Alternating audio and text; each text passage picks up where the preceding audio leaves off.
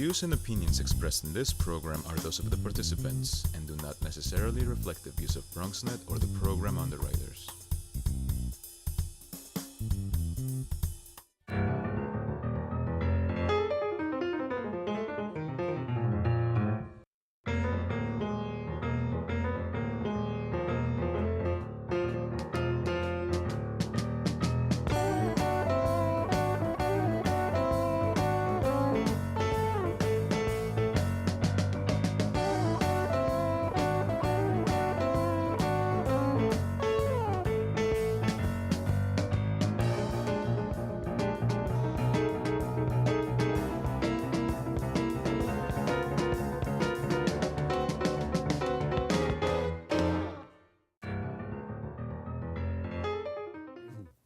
Good evening and welcome to BronxTalk. 10 days ago, he gave his 9th State of the Borough address at the Bronx High School of Science, which was broadcast and archived on BronxNet television.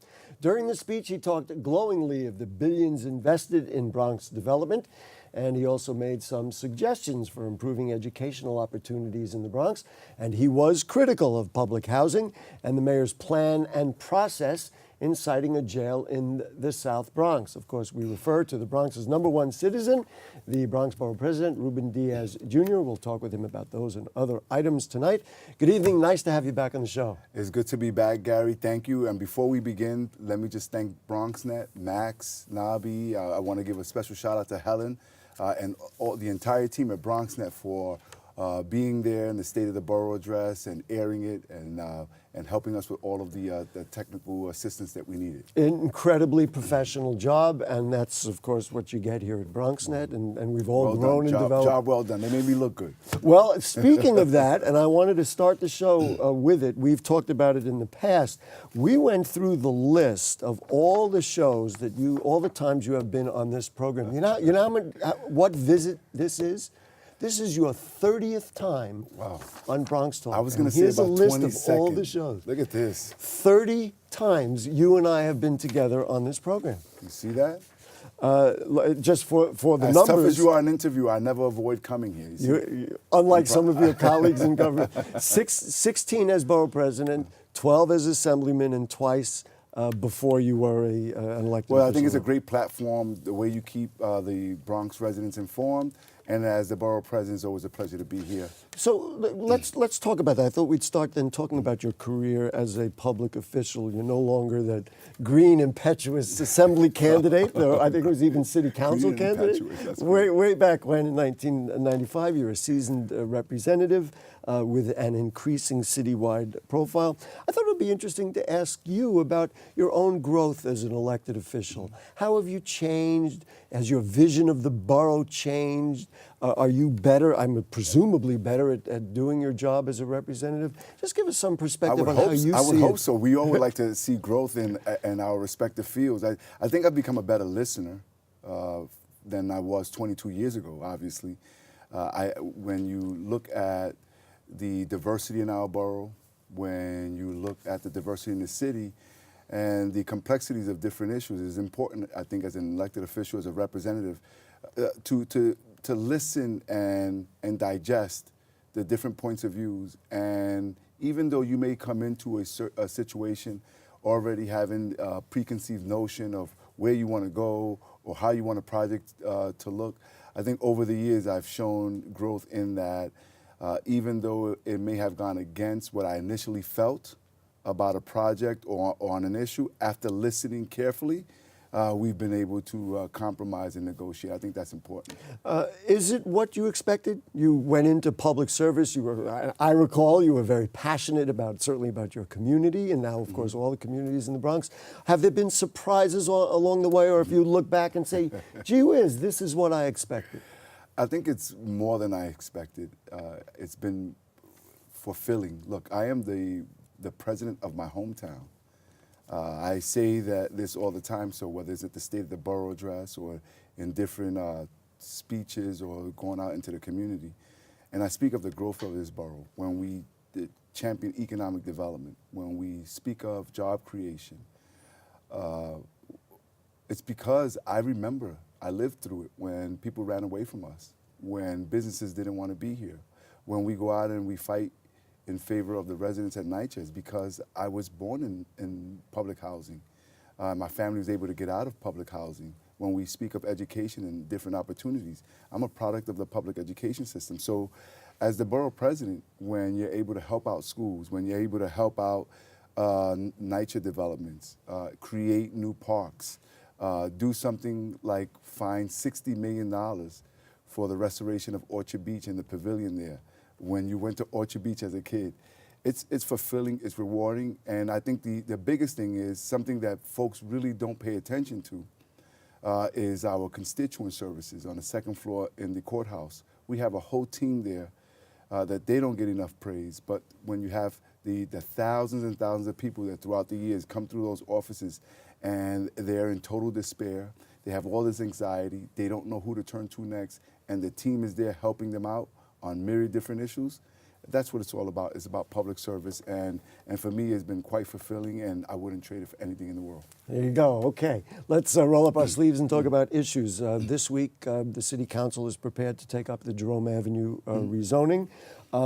You had said during the speech that we hope that the city and the mayor will agree on securing agreements on the administration on tenant protections, no harassment. What specifically do you expect from them, and how do you actually secure things so they don't become empty promises like we've heard in projects both of us have talked about for many years? So going back to my initial statement about listening carefully, being a better listener, we had our hearing at the courthouse, and it was over 4 hours, about 4.5 hours. I was able to listen to over 90 people testify who live in that corridor or in the surrounding area. And based on what those testimonies, we were able to carve out, I think, with some strong recommendations, everything from making sure that you have deep affordability on whatever new buildings are coming in, to protecting the small businesses, to protecting the auto industry there, finding out a way where we could do the best that we can to keep them, as much of them as we can in that location, to create a task force with the elected officials, Vanessa Gibson and Fernando Cabrera and community leaders, to be able to identify not only where we need to protect tenants who live in that corridor, but also people who live outside of the rezoning area, because we know that there are so many landlords who are saying, wait a minute, if this is going to be rezoned, maybe I can raise the rent, maybe I can harass and force out the tenants. Mm-hmm. So we were able to get a certificate of no harassment, which is a status that the landlord would get if they wanted to do any alterations to their buildings. They would need this certificate in order to be able to be approved for those permits that would prove that they're not harassing their tenants. We want to see units outside of the corridor be rehabbed and to be repaired and to have HPD put in some of those funding. We want to see more park funding for the area. We want to see more school seats. Do you know right now that the 2 school districts that this rezoning touches are, as we speak today, short of 3,200 seats? That's not counting the new residents and the new children that are coming in. So we've been working with Alicia Glenn. We've been working with the 2 city council members, and we're hoping that when it's all said and done, not hoping, we expect that when it's all said and done, the commitments that the city said that they were going to do, that ultimately they'll live up to them. I had the same conversation when Vanessa Gibson was sitting in that seat with her. Here, I had the conversation with her, and she basically said the same thing, that I will not approve it. And now, certainly with the new land use chair, he said he's always going to allow the home council member to make the decision. And she said the same thing, I will not approve it. But so many times in the past, there's so much pressure on the elected official that if it comes to a vote and there's developers and there's other people and certainly the city and they're anxious to get it going, is she going to be able to, and you also, hold the line and say, you know what, this is not going to happen. We're going to hold the line until we get real promises for parks funding, real promises for transportation infrastructure, maybe added bus service or more trains. I mean, depending on what needed to be done. Can that actually happen? Well, we've shown that we can do that. We did it during the Kingsbridge Armory ULURP, the first go around. Remember that? Of course. And it was the first defeat in over 100 votes that Bloomberg, then Mayor Bloomberg, and his administration faced. We were able to hold the ground. Look, when it's all said and done, we would love to see the Jerome corridor redeveloped and rezoned and redeveloped. But it has to be done in the right way. And that's the power of the city council. That's the power of the elected officials, that no longer are we just going to accept crumbs, that if we're going to plan, as I said in my State of the Borough address, we got to plan with a purpose. We have to plan not only to make sure that we rezone and stick, obviously the ULURP process, there's language that's germane to the actual rezoning, but there are other things, there are other issues, school seats, transportation, sanitation, protection of tenants. All of these things have to be put in place so that as we move forward, we will have a beautiful corridor, but at the same time, the community has the amenities and the protection that they need so they can enjoy it. You mentioned the Kingsbridge Armory. It's interesting. Again, we've talked about how we've sat in this room together for a long time. It used to be the first thing that you would talk about. It used to be, it was not mentioned during the State of the Borough address. Most recently, apparently, Kevin Parker, who founded the whole project, met with community members. What is the status of it? He insisted it's going to get done. Yeah. But do we know when the city will actually sign off on the lease and they can really start work? I believe that that's all in the works. The state has done a wonderful job at committing the loan that they needed so that the city can move ahead and release the lease. And now speaking to Kevin Parker, my office has been speaking to him. I know that they're well on their way to continue to raise the money to fill in that gap of what's needed. But I think that they're currently funded for the first 1.5 to 2 phases. And we expect for them to be up and going in another 1.5 years or so. No word from the city yet on actually signing the lease and saying go ahead? Look, the actual signing of the lease, I believe all those conversations are happening now. I think everybody's on board. Is moving forward. When they actually signed it, I don't have a response, but I'll get back to you on that. That's fair enough. But I think we've gone beyond all of the obstacles that we saw. Everyone's on board. It's going to be a wonderful project.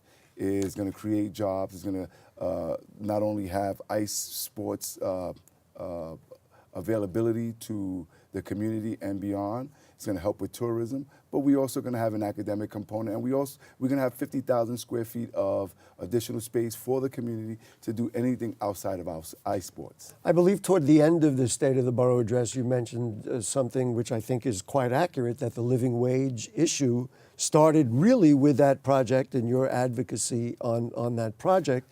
And you want to add something because I want to follow up about unemployment. So then I wanted to just talk about unemployment numbers, which you are proud of, that have been cut by more than half, down to 5.5%. You said more than 110,000 Bronx residents have jobs. Why? How did that happen? What was the process that got us there? Just so the viewers know, I'm not saying that. These are from numbers from the state Department of Labor.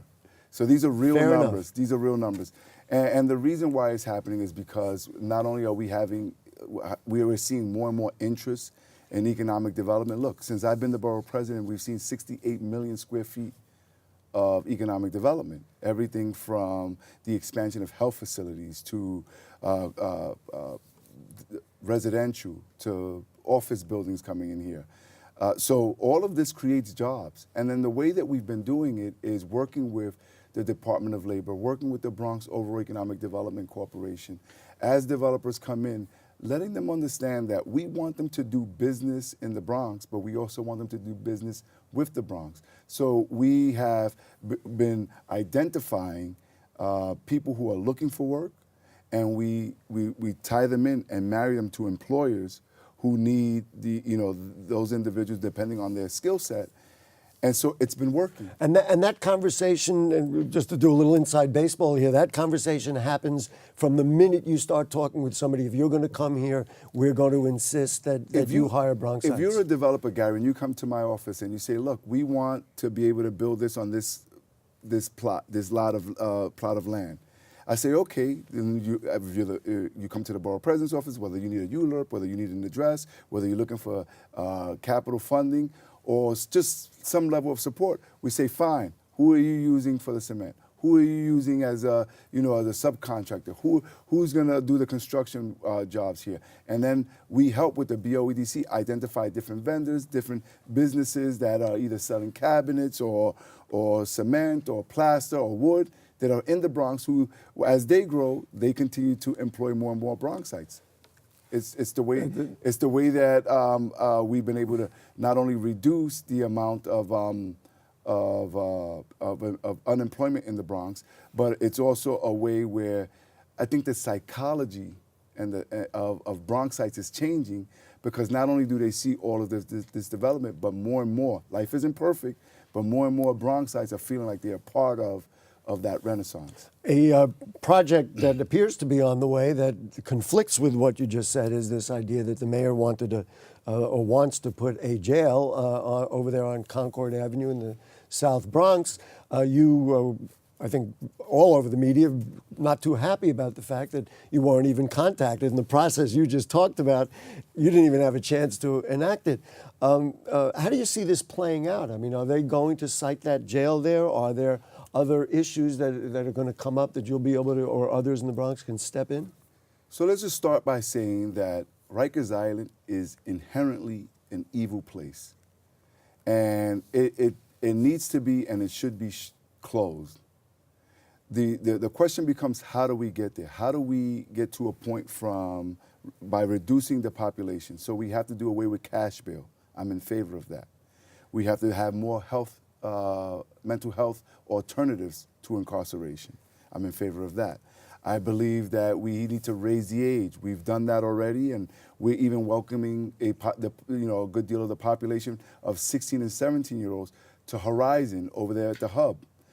So at some point, once you reduce the population, I think it's fair that you ask every single borough to do their fair share. And we will be prepared to do that. But what I did not appreciate is the total disrespect by the mayor and the administration in announcing a location without consulting anybody from the Bronx. I think that he needed to know that he needed to take a step back. We met with him over 16, 17 elected officials went to Gracie Mansion last week. We had a candid conversation with the mayor. He still feels like that's the best site, but we were able to have the city sort of open their minds to other locations. A pushback, a pullback to some degree? Let's slow it down a little bit, and let's see if we can come up with other locations that can better serve the communities and serve not only the inmate population, but also their family members who have to come and visit, and also something that's more conducive to having a more expedited criminal justice system so they can go to their trials as quickly as possible, something that the Bronx District Attorney can also live with and support. I'm not sure that site is the best location, but with that said, we're going to continue to look at that site among others. But I think that just to offer it as a fait accompli was totally disrespectful, and I think that the mayor gets that. He apologized. So for you, this is not just a brick and mortar question. This is really a whole look at the criminal justice system. I mean, that's the way you started this conversation. Absolutely, because if we're going to have 4 or 5 different jails throughout the city of New York, and yet you're still going to have the same conditions that had Khalif Browder commit suicide, then what are we doing it for?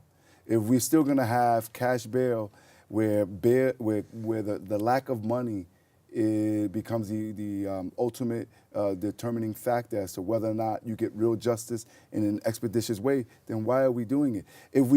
So we have to change those conditions first and reduce the population. And then if we're talking about jails, then what does that mean for neighboring schools? You can't speak of putting in billions of dollars for new jails all over the city when NYCHA developments don't have new boilers, when you have schools that don't have science labs or don't have updated auditoriums or playgrounds. So we have to have this whole conversation because there's a direct correlation. If you don't have a good educational system that is teaching our kids the right way, you know, many of them can end up, especially Black and Latino boys, they're the ones who end up in the jail population. So we have to have all these conversations. Look, last week, there were a number of schools that are on the closure list. You know, a good deal of them are in the Bronx. So if you're going to talk about putting a jail in the Bronx, then let's talk about what we're going to do with those schools first. You mentioned NYCHA, and you have certainly taken a lead publicly, and you mentioned it in your State of the Borough address that you're none too pleased about the condition of all the public housing, in particular with the boilers. You advocated very publicly to declare a heat emergency in NYCHA. What a declaration of emergency declaration. Emergency declaration. What would that do, and how could that expedite the process? Of course, the needed funds are seemingly nowhere. What would that do? So what it does not do is it does not allow for a state takeover of NYCHA. I know that some people misconstrue that definition. Well, you did mention that, you know, we would urge the governor to step in if it's not done. Because the governor, with the funding that the state gives to NYCHA, also the state, we believe, has the ability to have an emergency declaration. So what it does is it looks at the procurement process and it expedites it. So very quickly, if you look, there are already developments who are fully funded. I spoke about this in my State of the Borough. Patterson Houses has had fully funded boilers since 2011. 7 years later, they're still going through the procurement process. So what a declaration of emergency can do is say, look, why don't we bypass, and I know that those are safety valves that are there so you want to avoid corruption, but if you and I, who live in Mitchell-Lama and I live in a co-op, if our boiler is down, wouldn't we want our landlords or the boards to say, this is an emergency, do everything that you can to get a new boiler? I can guarantee that. Everyone, no matter where you live. So what we're saying is this is an emergency, and as it pertains to boilers, as it relates to boilers, what we should do is if we know that there are already contractors who have done this work, who are in good standing, and if we can just identify them instead of going through the RFP process, just to identify a contractor to purchase the boiler. Then you got to go through an RFP process for the design of the boilers. Then you got to go through another RFP process for the demolition of the room. Then you got to go through another one for the installation. You want to expedite. Expedite, and then when you pick someone, you can give them the status of design bill so that you can design and construct the boiler under one entity so that does not delay the process. I said this in my State of the Borough. The Mario Cuomo Bridge was spoken of, voted on, designed and constructed, and we're using it in a shorter time span than boilers at the Patterson houses. That's totally unacceptable. And even when you get the mayor, who a couple of weeks ago announced $200 million towards boilers, it's a drop in the bucket, but it's a step in the right direction. Why does he not then declare an emergency so that we can use that $200 million and get people boilers as quickly as possible? If not, the 10 developments on that list for those $200 million, the earliest that they can expect boilers will be 4 or 5 years from now. And so that's what an emergency declaration would do. Doesn't really make any sense. Let's talk about education. Change gears totally. You put out a tech survey. We both know that I moderated one of the tech summits that you had at Metropolitan College. What is the purpose of a tech survey? And then stepping back for your own vision, what would you like to see for technology education and technology in general in the Bronx? What's the vision? Well, we would like for the tech world and the tech industry to continue to look at us and make the Bronx their home. So part of one of the summits that I think that you participated in, we saw a lot of folks in that world come together and have a networking session and have a discussion with the many institutions, the higher ed institutions of the borough, also with other nonprofits like Perscolas and those that are helping our youth to get more entrenched in the world of tech. We believe that after our next summit, we are going to submit recommendations so that we can have a tech curriculum in our school system so that our kids could actually be taught for the economy. Forget about the future, the economy of now. And then what the other things that we need to do is see how is it that we can get our CUNY system. Once a CUNY graduate, whether it's in engineering or in IT services or in architecture, everything around us is being used through technology, whether it's the healthcare industry. When you go to your mechanics, and why not have Bronx kids study it, learn it, and of course get the jobs and pave the way for it? So the Tech Summit is about identifying the industry, having them come here or compelling them to come here, training our youth so that they can be able to accept those jobs, and doing that by making sure that we have curriculum in our school system. Last question, because unfortunately we're almost out of time. You talked about limiting class size. Mm-hmm. Everybody involved that knows anything about education wants small class size. But isn't that simply a financial thing? I mean, you got to hire teachers, and of course you need the infrastructure where to put all the kids. But what's more important than the education of our kids, right? And so we should be investing in that regardless. And you could do it in a multi-pronged way. Yes, you need to hire more teachers. But also, I think that what we should look at is the fact that maybe the school building, as we traditionally know a school building to look like, has to change. Maybe you go up more vertically. Maybe you can have carve-outs. In the same way that when you look at development now and you have affordable housing and the lower affordability carved out into the amount of units in a residential building, maybe we can dedicate several stories and incentivize developers to do that. I've advocated off camera, on camera. All we need is the will. If we want to do it, there's probably got to be a way to do it. We have to do it. We have to do it. There is no way that in this day and age we're going to be competitive with this global economy when our kids are studying 28, 29, 30, 35 in a class. That's just not sustainable from an academic standpoint. The statistics show, we all know this, that the best way for our kids to learn is to put them in a setting where they have from 20 to 22 students capped. And if we want to be able to compete, if we want to give our kids the best education possible, we have to prioritize, and we must do this. Mr. Borough President, I'm going to add March 5th to number 30 for your visits on our program, and I hope we'll do number 31 soon enough. We'll keep the ticker ticking. Thank you very much for your time tonight, you. and we'll certainly be in touch. Folks, if you have further questions or comments on anything you heard on tonight's show or anything going on in the Bronx, email them to us at BronxTalk@BronxNet.org. Send us a tweet at BronxTalk or post them on our Facebook page. We'll read them on the air during a future edition of our program. If you do have a question for the Borough President, we'll forward it to the office and get you an answer.